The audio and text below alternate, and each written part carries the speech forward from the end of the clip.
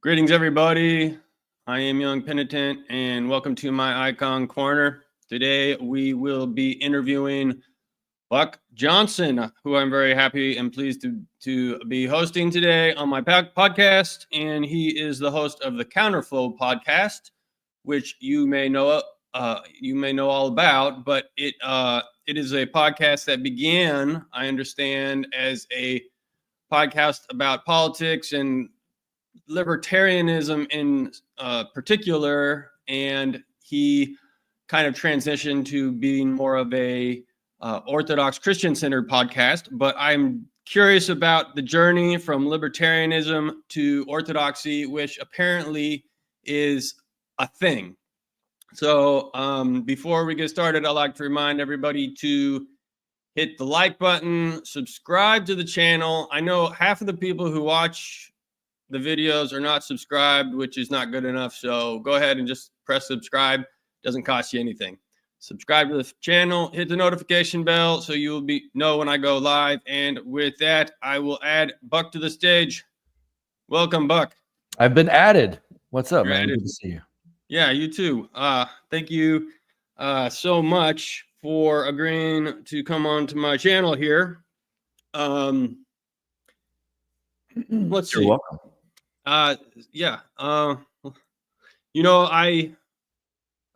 When you interviewed, before you interviewed Abbot Trifon, I was up at the monastery, and they asked me at the monastery, they said, you had sent him a query about interviewing him. Yeah. And they asked me, do you know this Buck Johnson? What do you think of him? And I said without hesitation that, oh yeah, definitely do his podcast. He's a great interviewer. I really admire your skill.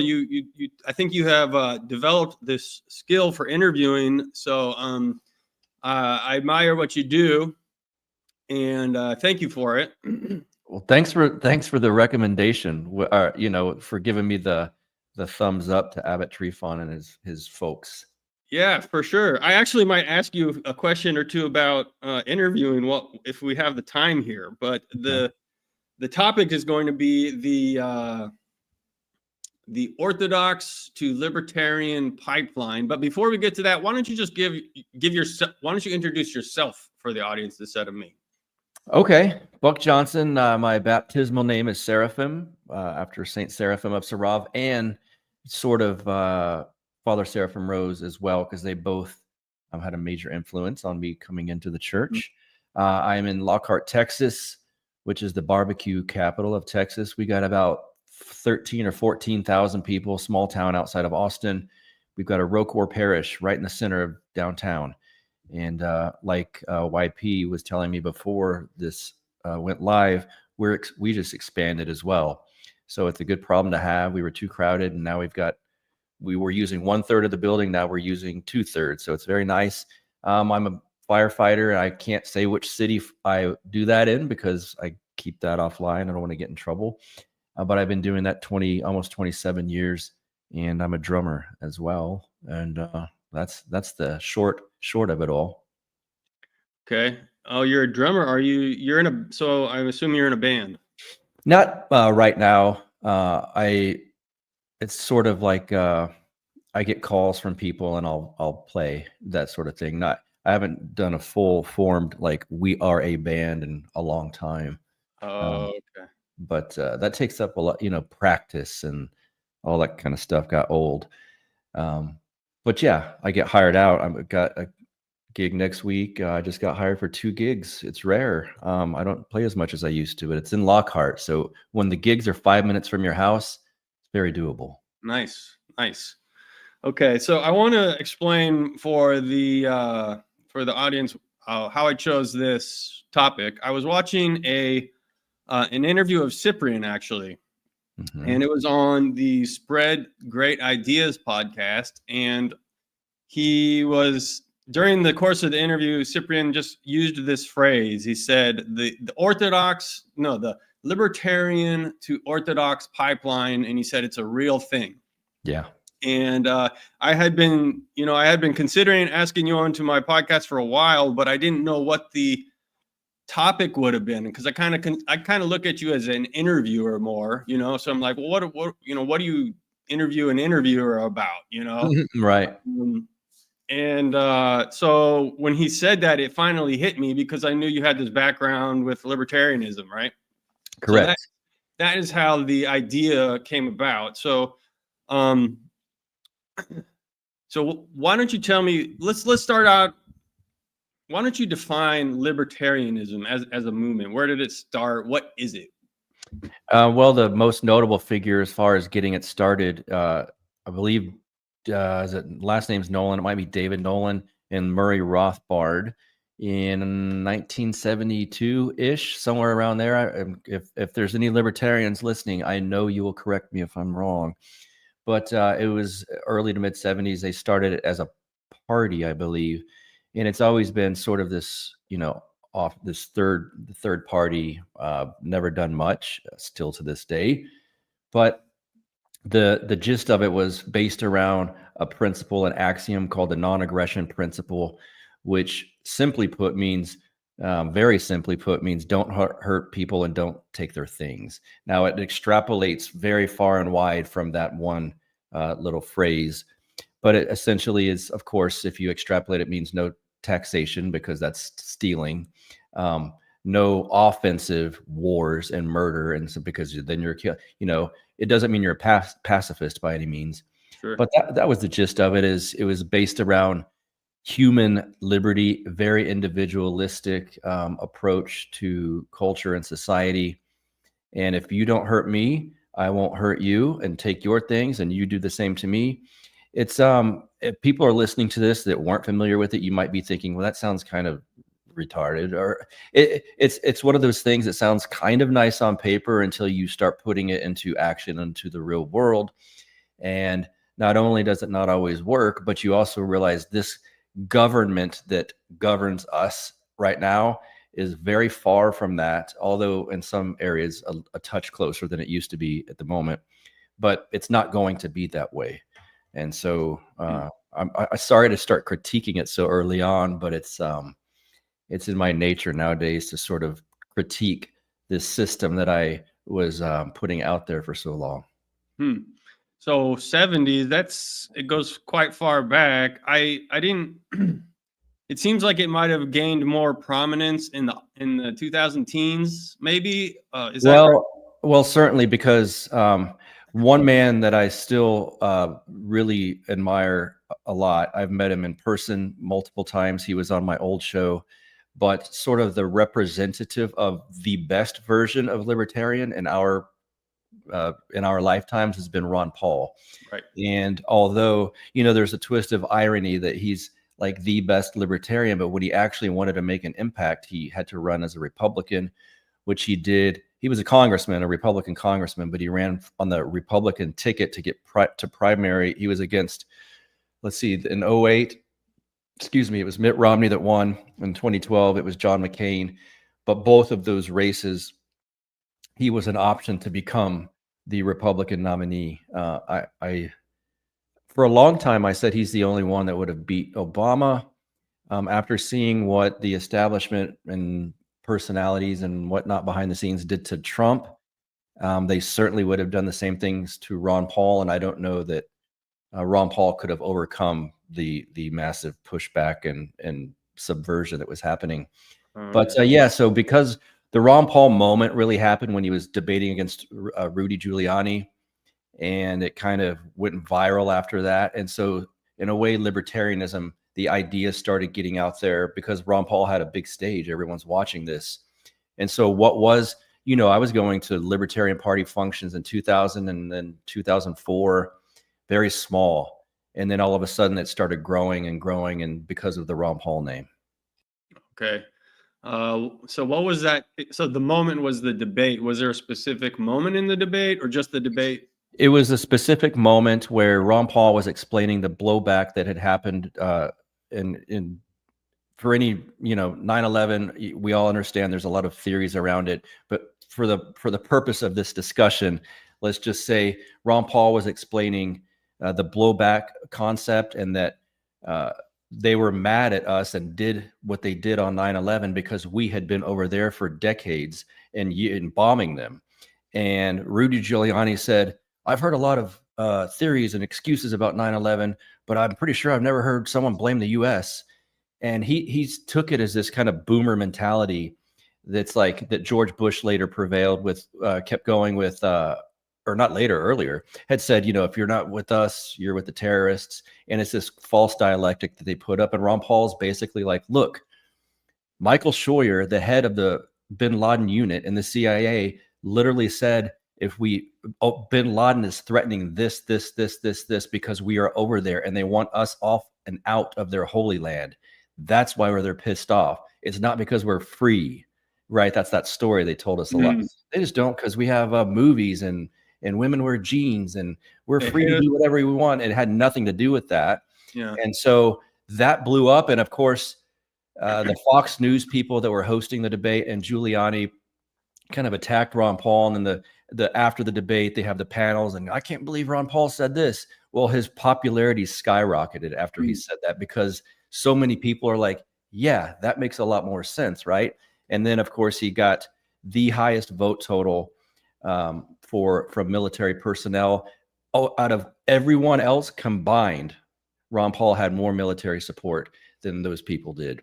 So it spoke to the military people that are overseas going, I think we're wasting our time, money, and lives chasing something that's not really happening over here. So that's kind of what blew it up.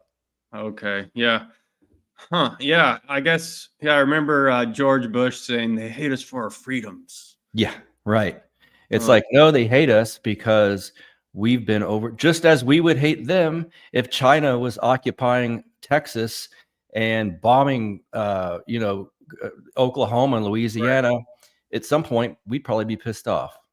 Except now we know that it was probably not Muslims who. Well, that's a whole other story. I just meant, like, if we're taking it at face value, Ron Paul was explaining the theory of blowback and why other countries get pissed at us. We're seeing it a lot with our ally in the Middle East right now. Certain countries are pissed at that country because, wait, they back every war that's happening. Yeah. Well, I think all that happened, all the destruction we have caused in the Middle East is really, you're kind of reaping what you sow now. Americans are kind of turning against that. Well, they're no longer supporting the foreign policy. It's kind of, it's having its effect, I think. Yes. Because we're in the age of information at this point too. It was easier to pull the wool over people's eyes when it's just mainstream media saying we got to do this war. The toothpaste is out of the tube, and they don't have the power to control the narrative anymore. Yep. So that's part of it. And to Screwed Up and Tatiana and all these folks, yes, it's live. Good to see you guys. Hey, Stevie. Yeah. Oh, we have a super chat up here, so I'll go ahead and address it. Matthew Johnson, $5. Thank you, sir. YP, let's road trip down to see Buck. I used to visit Austin often before it blew up. My mouth is drooling just to think about Salt Lick. Is that a barbecue? It is. Yeah. Yep. I mean, it's a thing that cows like too, but I assume he means the barbecue place. Hey, Matt, I can give you much. I'm in the barbecue capital. It's 30 minutes south of Austin, and I'm going to treat you, if you come down here, to way better barbecue than Salt Lick. Oh, so I think that sounds, actually, I mean, I kind of feel a call to go to Texas now. Like, I've been invited by several, like I had another guest, Michael Cisco, trying to Cisco. Yeah. I had him on, and he tried to talk me to come down there. And I like to boast, or at least claim, that I'm a Texan because I was born in Austin. Oh.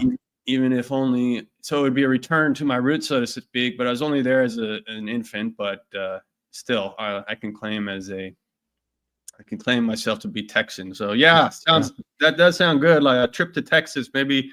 I understand that Mano. I was just about to promote his deal. Well, you don't know. I mean, I don't know. He might. Yeah. He's having a big. Well, I don't want to let the cat out of the bag. I know it's a lot of pressure on him right now. Oh, okay. He's hoping to put a big festival together, I believe in maybe, I can't remember, September, October. I know there's people in this chat that might have a clue about it, but yeah, come down for that. Yeah. So there's going to be a music festival, right? Music. There's going to be priests. It's sort of a all-encompassing Orthodox kind of content festival, if you will. All right, maybe that's the occasion for me to get down to Austin, to Texas. Okay. Yeah.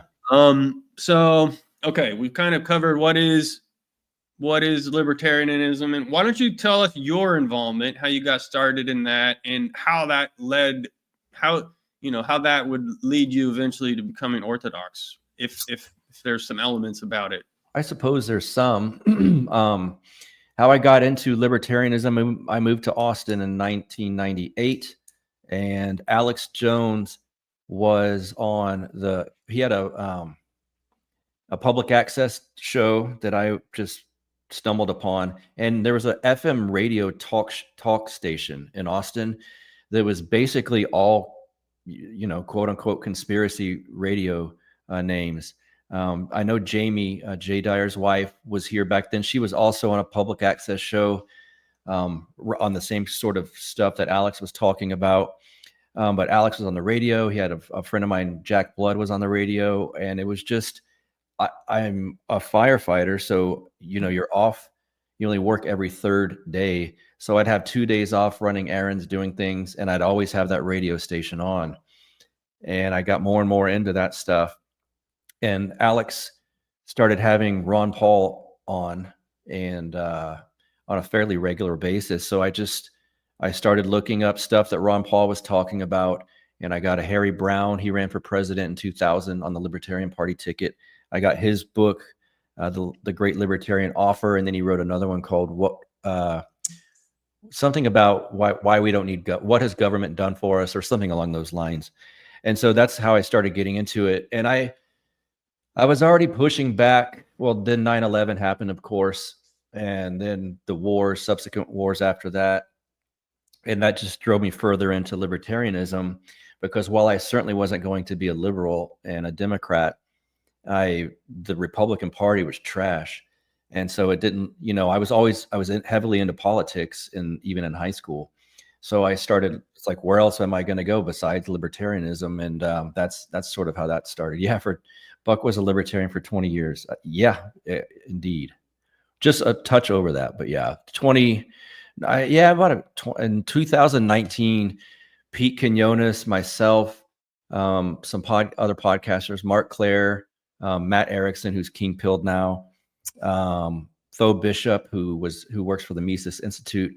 We started doing this thing, and it got branded as post-libertarians.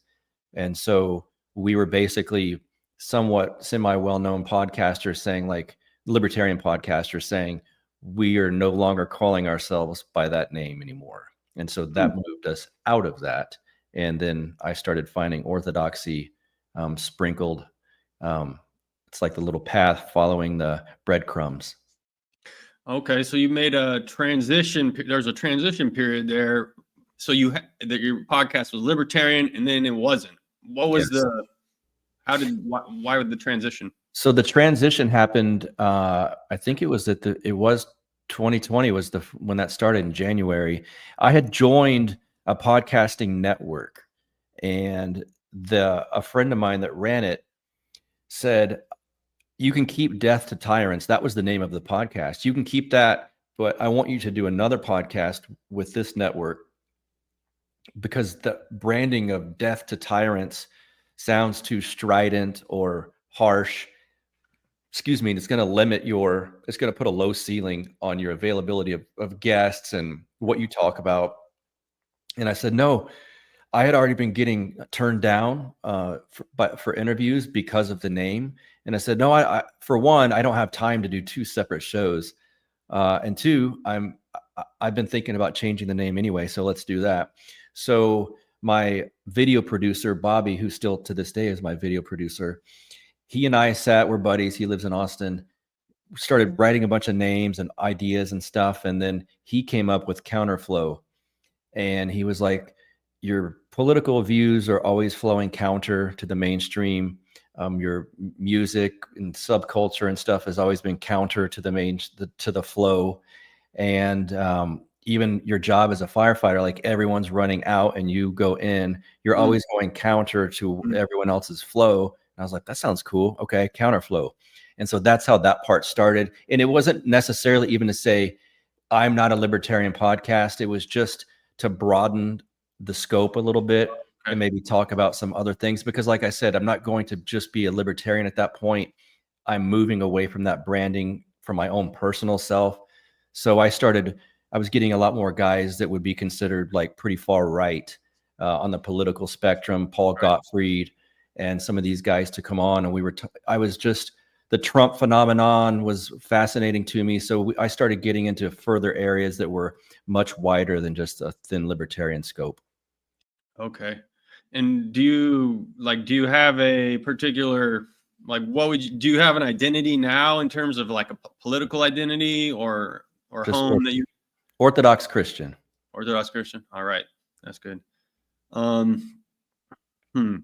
So there's you, there's Cyprian, there's people in the comments when I posted this on X, they're all saying, yeah, it's real. The libertarian to Orthodox pipeline is a real thing. I followed that path. These were the comments underneath the post when I posted that we were having this interview. So there must be something there, like, it's like kind of like I'm like an analogy is like a pastor, like, or a group of Christians who have they're trying to live out like the apostolic faith, and then they discover orthodoxy, and they all at once kind of start to make this movement towards orthodoxy.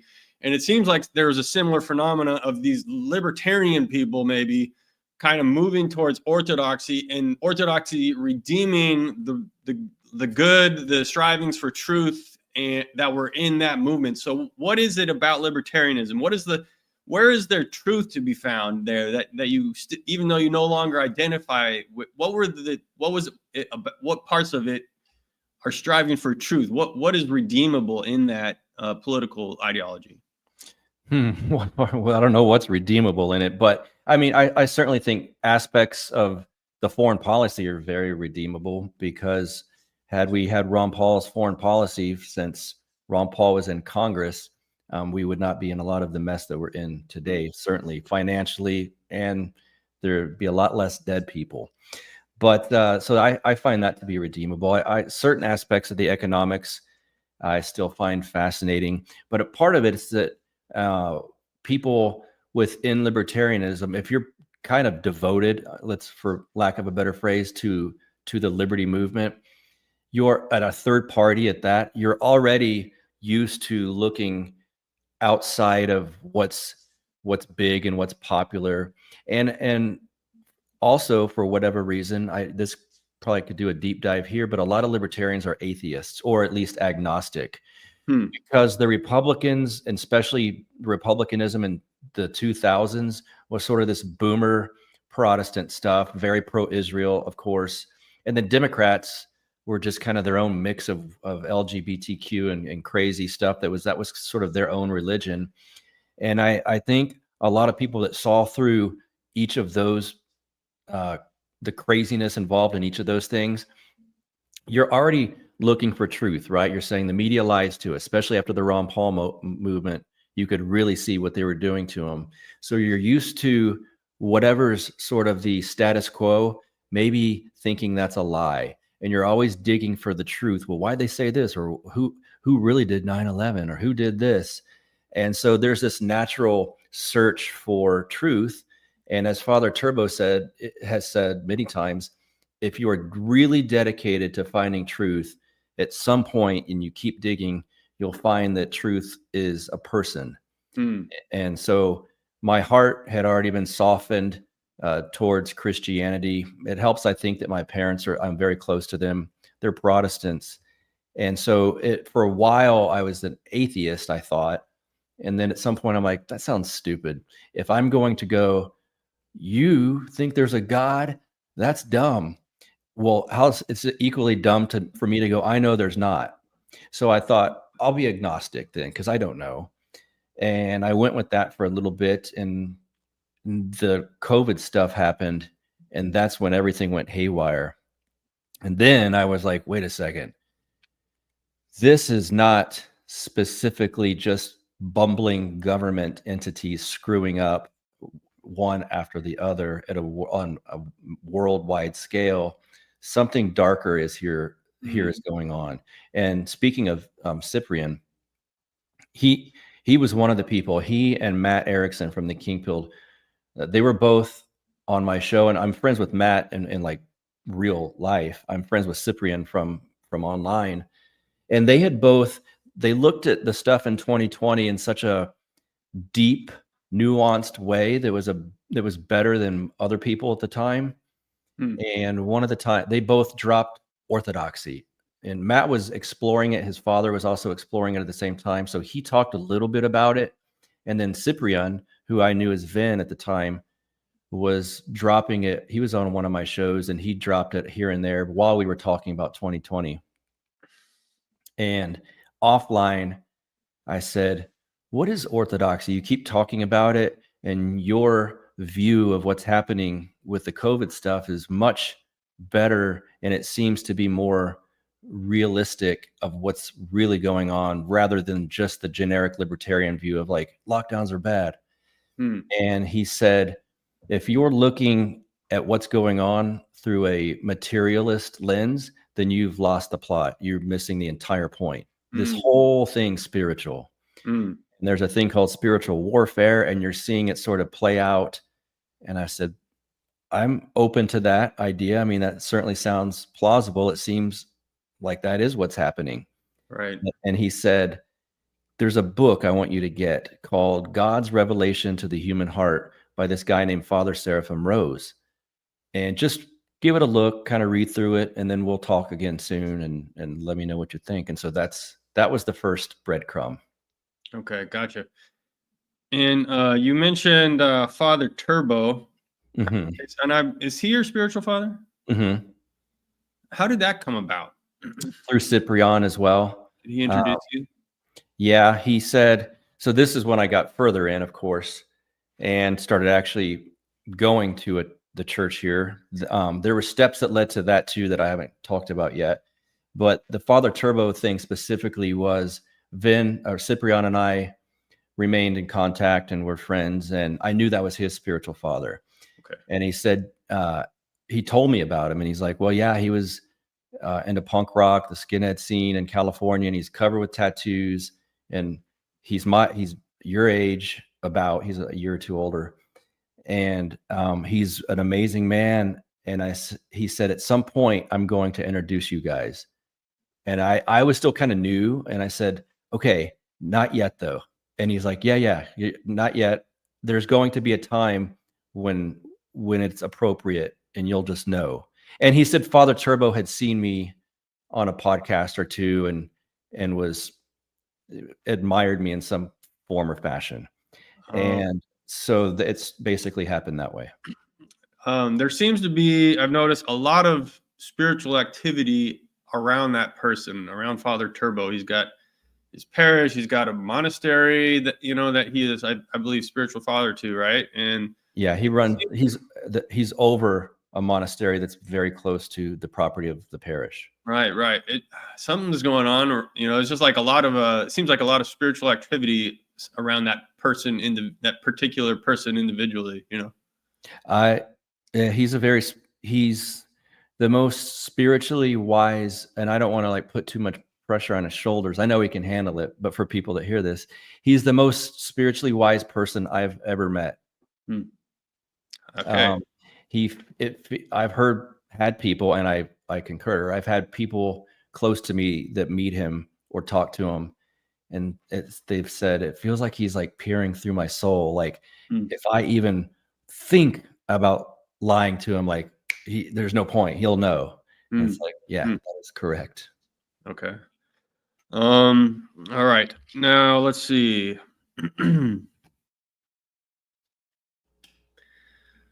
So you also have these other podcasters. You're in a network of podcasters, or? So yeah, back to when it switched to Counterflow, I ditched the company that I was with at that time. Long story. Maybe some people remember that, but I just slowly pulled away from that because as I was getting into Orthodoxy, I realized the people that were running the other company, there was some things that wouldn't line up. So I'm like, I'll be my own guy and go from here. And I didn't say this is going to be an Orthodox podcast. I'm Orthodox or whatever. It kind of just flowed and changed as I did. There was never a thing where I sat down with the two guys that produce it and like, guys, we're going a different direction. It's just always been kind of me and as I go along or whatever I'm interested in. And that's what we do. But now after the last 2 months or so, now I am part of another network called Dissident Media. And they're in the process of getting some other podcast. I don't want to say who they're in the process of getting because I don't know all the business dealings that are happening, but it's bigger names than me. Okay. Is that an Orthodox? Nope. No? No, but it's people that I had known from the Libertarian years. And I say it's not Orthodox. They came to me first before anyone else. So they're at least Orthodox adjacent, if you will. And I've had discussions with them offline, and they have kind of made the move out of libertarianism as well. And they're, they're Christians at least. Okay. So I do want to ask you about your podcasting a little bit because I just feel like you do a really good job. I don't know. Did you like do some training or read a book is it just like learn by doing? Because you seem to be, you do I feel like you do a really good job with your interviews. I mean, you say, I'm the humble host or whatever it is that you say. And I think it's true. I think you do a good job. You're a humble host and or humble narrator. Host and humble narrator. I actually stole that from the movie Clockwork Orange. Is one of my favorite movies. Oh, is that what it's from? Yeah, and the guy that narrates it, he's the main character, and he says that like, and your host and humble narrator, and he says that about himself throughout. So initially, it was sort of a shout out to Clockwork Orange. Oh, that's what it is. Okay, but like, did you like? What is your prep? Like, I'm actually want to learn something from you. Like, did you do some class or read a book or what? How did you learn how to do this? Just from experience? Just experience and organic. I think being a firefighter helps you a little bit because now I'm the lieutenant at my station. So I have to, you see people in their worst moments and you're talking to them. Not that the people I interview are in their worst moment, but I think if you can do that, then talking to someone you're interested in chatting with becomes much easier. And then I devour, like I look up very much to Tucker Carlson. So I try to pick up on people that I respect a lot and the way they do their podcast. Tom Woods is another one. Okay. Dave Smith more for some other reasons, not necessarily his interview style per se, but I just try to pick up on little nuanced things that other podcasters do. Mm-hmm. I don't go, I'm going to be like Tucker, but it's just little things I notice about him. And then I'll try to make corrections on stuff I do. For a long time, I would not listen to my episodes. I think that's a mistake. Now I do listen to them because I listen to them because I love the content, of course, and the people I'm interviewing. And some are so good, the people, not me, that I have to listen a few times, like to even, oh, that's what he meant during that part. But I critique myself constantly when I'm like, I shouldn't have done that, or I should have cut this out, or don't say this, or ask this a different way, or don't fumble, little things like that. Yeah, I do that too. Not always do I listen to them, but I do. You can learn something, and also, you get to hear what your guest said again. What is your preparation process? Like, do you write down a list of questions, or how do you prepare for a podcast? Let's see what's in my trash. Yeah. Notes. Yeah. This is from an interview this morning on Mormonism. Let's see. It's just stuff like this. I write a bunch of stuff out. I always write down those are written. Some of them I do on my notes app if I'm traveling around. Some I actually type like a boomer. I always list out 20 topics / questions. It's always 20. And I do that just in case. I'd never usually get to them. It's funny, if I interview Cyprian, I can write like 3. It depends how much the person talks. But I write 20, and I don't read them like I'm going, so in 19, I don't like read it off. I'm listing it like, don't forget to mention this, don't forget to ask about this. And while they're talking, I'll like scratch something out and write something over, like try this, do this instead. Or they'll say something that triggers a thought, and it's like, don't forget to ask about this now that they've gone here. I've noticed when people are really good guests, they flow in a way that they're literally going down the questions I'm about to ask without me having to say it. And one of the things I say too much, just because it happens too much, I don't need to point it out every time though, is you're so good at this, you've led me right into what I was going to ask you, because that happens so often. Yeah, I've heard you say that. Okay. See, I say it too many times. And how do you source your guests? Do you just like find someone you're interested in, you send them an email, or how does that happen? Yeah, I mean, it depends. If we follow each other on Twitter, I'll send them a direct message. If they're not, some of the priests aren't necessarily social media guys, so I'll find their parish or their email. I just basically stuff like that. A lot of times also people write me and say, hey, my friend or my priest or this person would be an interesting guest. And so I kind of there's just a myriad of different ways, me finding their direct messaging or email, people sending me stuff. There's a Greek priest that I'm going to interview soon. I should say his name. I don't know. Father Emmanuel Lemelson. Someone reached out and said, you should try this guy. I found him on Twitter. I'm like, oh, well, we follow each other. Cool. And then I go to the DMs like, oh, he wrote me.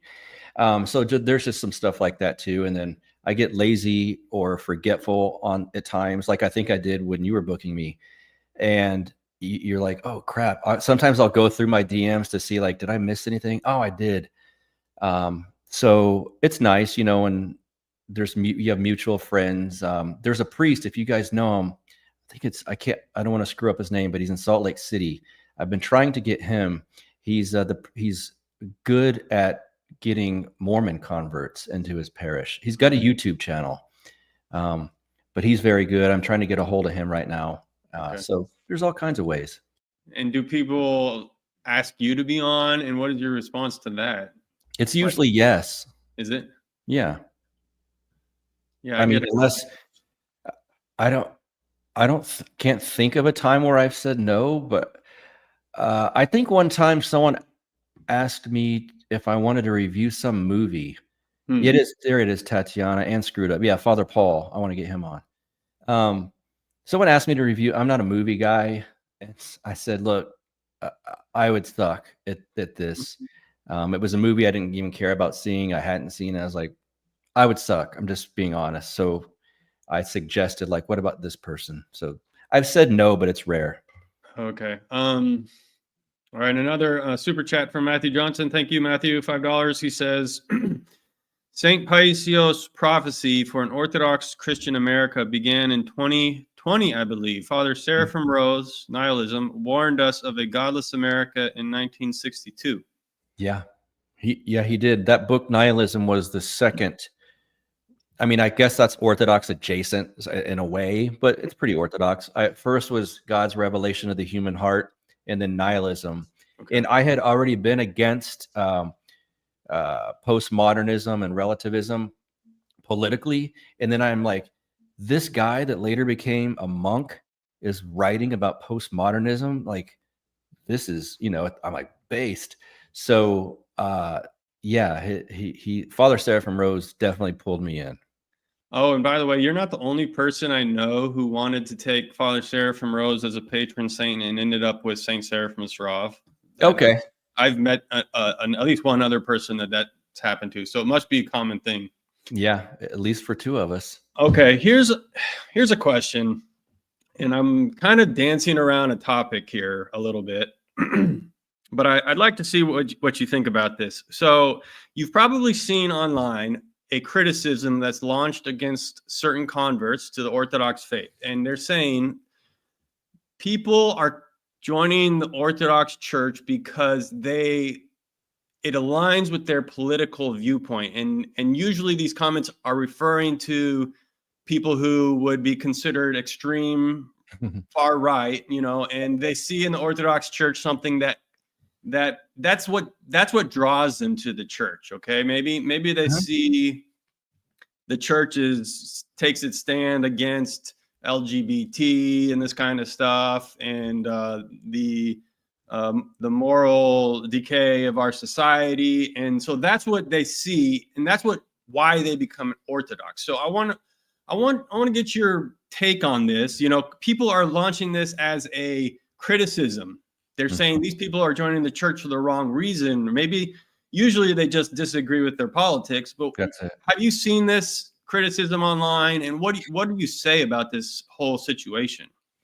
Yeah, I've definitely seen the criticism online, and I agree with you. I think that's if to lob that specific criticism, it's going to be from people, I assume, that are left wing or don't like the politics of these people. Right. Now, to address the people that are coming into the church, like I did with these certain politics, and of course, like when I met my priest, he knew of my podcast or that I had one, and he mentioned it, and I'm like, oh man, I didn't like talking about my politics with people that were outside of my bubble, if you will, because my politics were sort of fringe.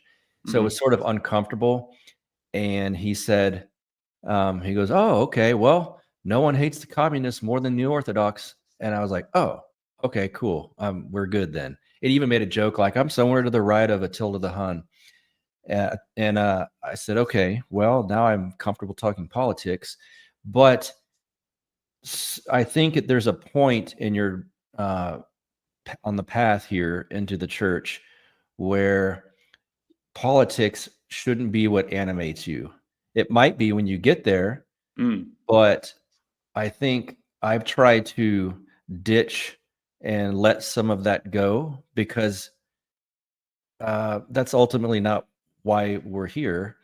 Now, there's going to always be political issues, and as an Orthodox Christian, certainly you're going to fall on one obvious side, typically. And yet, typically, if you're going to look at the political spectrum, that would be to the right of center, I would assume. But I just, like me, when you said, well, what are you now politically? And I just said, I don't have a label. I'm an Orthodox Christian. I think there's a time to put those labels and leading with your political stances and always talking about what Trump's doing or the Democrats. Like some of that has to die out, I think, once you get into the church. And if it's like I've heard people say, oh man, I can't believe certain priests are courting like Nazis in prison. Like I know a priest that does a prison ministry, and it's all these white nationalists. It's like, who do you think do you not think that they need Christ really bad? Right. It's like, of course that's who you court. Now, once they come into the church, they've got to ditch their white identity politics or whatever. But yeah, of course, that's who you want to go after. I think that's a good answer. I was thinking this morning, an analogy sort of popped up in my mind when two people like a couple comes together, say, usually the first thing that you see is the person is the person attractive. That's like, what it draws you to the person initially, right? Yes. So if you see that the church has a certain political stance that kind of aligns with your views, and that attracts you to the church, okay, that's good. I mean, whatever, it's different for every person what attracts you to the church. So I don't think we can necessarily say this is a bad thing that people are joining the church because they like, because that's what attracted to them. That's it's what, but just because someone's attractive, that's not a good reason to marry a person, right? That's not a person. That's not the reason why you stay and get in a relationship and stay. So Right. what attracts you to the church is not the same thing that keeps you in the church. You got to be compatible. You want to do the deal. Yeah, and orthodoxy, as you know, is not easy. And so it's almost, I would say, near impossible that if you're just attracted to the church for some sort of surface reason, you're not staying unless you change. Right. And so you see people, and I've seen it, they fall out and they just kind of disappear and quit going. Well, they didn't look at the inside of the cup, as they say, to clean that. They're worried about the surface level outside stuff. And I think the people like, oh my God, I can't believe these people are coming to the church because they're right wingers or they don't like their politics. Like, trust the process, to say a Trump thing. Like, they're going to either change or leave. That's just how, because no one comes to it and stays just because, well, I'm just right wing, this is what I do. You just wouldn't stay. Or they might stay in the church like on a surface level, but you're not, I mean, if you're going to be in the church, my feel is you want to be praying, you want to be a person who prays and attends services faithfully, not just a couple times a year. And you need to be reading, you need to be just getting baptized is really not enough to be saved, so Right. I think if you don't do what you're saying, go into the inside of the cup, if you're just going to stay on a surface level like that, you're not going to develop spiritually. You're just going to kind of stay on the surface level. So if for these people who were attracted to the church because it aligns with their politics, you need to go deeper. You need to go a step further. You need to practice the faith and not stay on a surface level, which some of these people probably will, honestly, so. Yeah, and then certainly as we see the growth of the church, I mean, it's exploding for all intents and purposes here. So anytime an organization gets a ton of interest and people coming into it, not everyone stays. It looks attractive on certain levels to people, and then you kind of figure out the water finds its level or something like that. And the good devoted people stay, and you ditch the old man, as they say, aspects of you that you don't lead with anymore. So here's a comment from super chat from Stevie Ambrose Rudko, $5. Thank you, sir. He says, Buck is the jam. Yeah, Stevie's the jam. Stevie is the guest on the show of my episode that premieres tonight at 7 p.m. just to do a little advertising. Sure. Go ahead. Go right ahead. Yeah. I'm going through the comments here. Matthew Johnson says, Father Nick Lou St. John the Divine in Jacksonville, Florida is amazing. Definitely check him out for potential interviews. Well, see, let me write this down. I'm going to take a screenshot of that. At the Lou. Well, not a bad idea. I'll do the same. There. At the Lou's is their channel. Okay. Good. Always Thanks, find man. out. Yeah, thank you, Matthew. Always good to find out. Another interesting comment from Naval Orange Gazer says, a big draw, at least politically, is the concept of symphonia, the state and the church both having their roles in the world. I agree. So let's see. And Screwed Up Nevsky says, I'm scared to tell my priest that I'm a racist. You're not alone. There's a lot of racist fascists out on the internet. Something about the internet is making people racist and, whatever. I kind of dismiss it, but all right. So we have about 10 minutes left. So you got your heart out. So I want to respect your time, but let's see. I mean, is there anything else you want to cover that we haven't covered before, I can quickly tell. It's funny you said I have a hard out, which I do it for my time. For a second, I thought you were saying I have my heart out. Like, you got your heart laid out here. We're going to get into something deep here. Well, just real quick, some of the, at the time, you think things are coincidences that are leading you, that are the breadcrumbs to the church. That book, God's Revelation, the Human Heart, was mind-blowing, heart expanding, just paradigm shifting, worldview changing.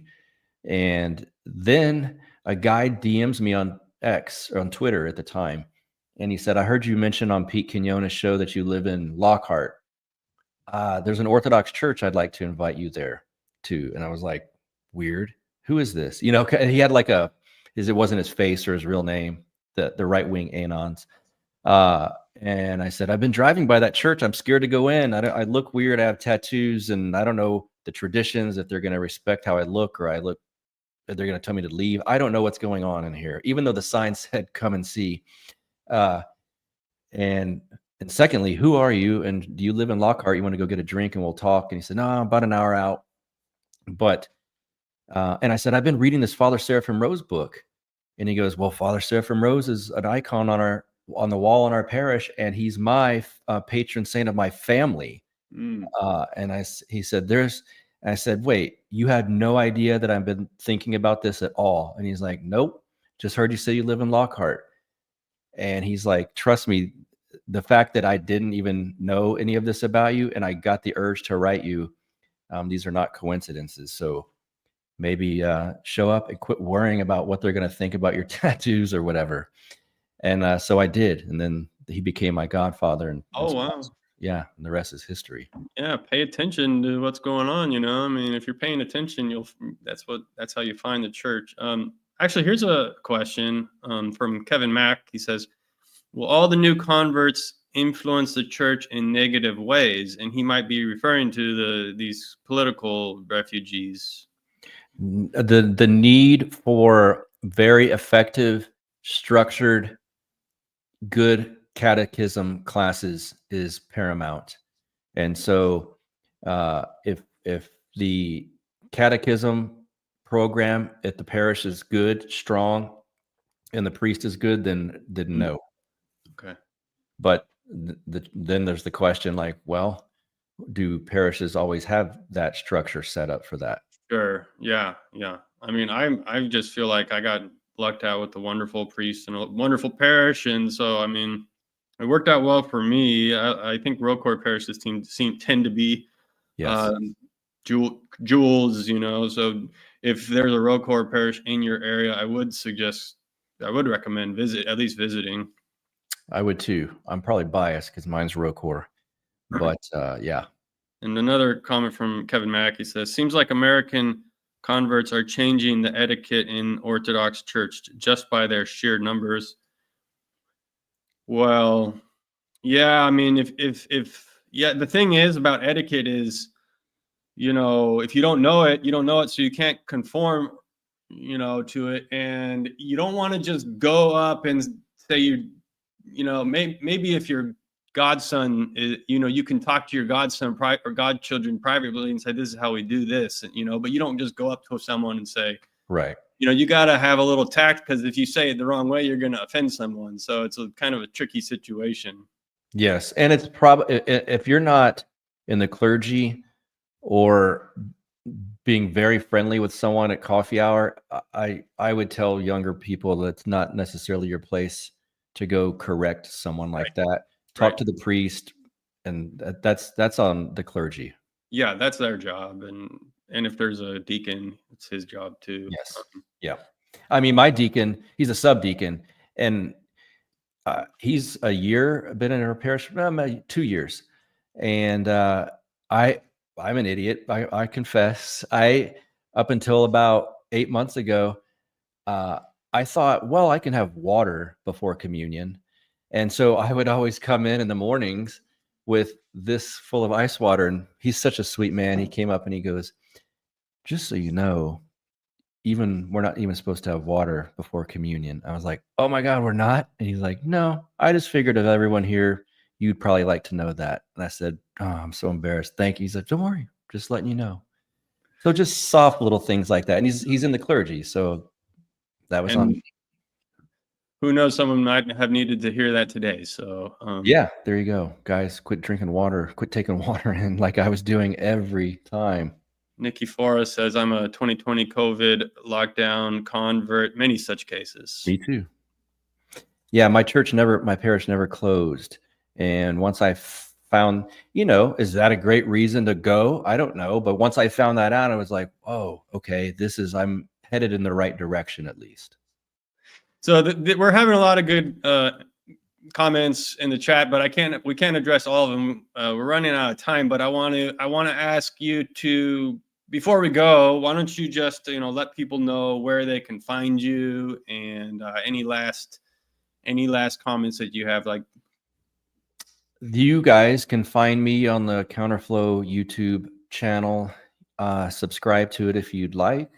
And every Tuesday, typically, if I work on a Tuesday, it'll drop on a Wednesday, but usually every Tuesday they premiere, which is, that's tonight, 7 p.m. Central Standard Time.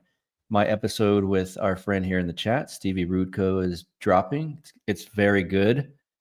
Buck, it's like I need to get out of the house. Well, I'm going straight into another interview after this with my friend Tommy Salmons on the Year Zero podcast. Let's see. Yeah, Counterflow YouTube channel. You can find me on Twitter at BuckRebel, BuckRebel, and go to counterflowpodcast.com and you can see our new t-shirts that we have for sale. And some people in this chat already have them. But yeah, those are kind of fun. The guys from Ritual Printing that make the Death to the World shirts and the band Holy Name, they're the ones that did it. Very good quality shirts. I promise not to have too much cat hair on them when they get to you. Nice. I guess I'll add that to. I forgot to add that to the your website, to the description below, but I'll do that. Last thing I want to say is that I personally I honestly don't listen to too many Orthodox podcasts, because like after I've done my scripture reading and my spiritual reading, I don't really have much of an appetite for like spiritual food anymore. And I honestly don't need to go and listen to a podcast necessarily. But your podcast, Counterflow, is one of the ones that's on my podcasting catching app list. Appreciate that. I think yours is one of the best. So I to my audience, I highly recommend that you follow him, subscribe, and he's got it's a good show. So I'm just giving my recommendation for Counterflow. Thank you. And thanks again for giving that recommendation to Abbot Trifon. That was one of the coolest things. Was once he got in contact with me, he's like, just here's my phone number. So he would like, it's just like surreal. I'm like, I'm texting him. Okay. And he would text me back. It was kind of neat. Yeah. He's so accessible. Like, I mean, yeah. Very accessible clergy. What a sweetheart. All right. So thank you again. And that is the show for today. And we'll catch you all the next time I have a stream Friday with the real Lazar Friday evening. So look for that. And that's Young P with Buck Johnson signing out. Thank you, guys.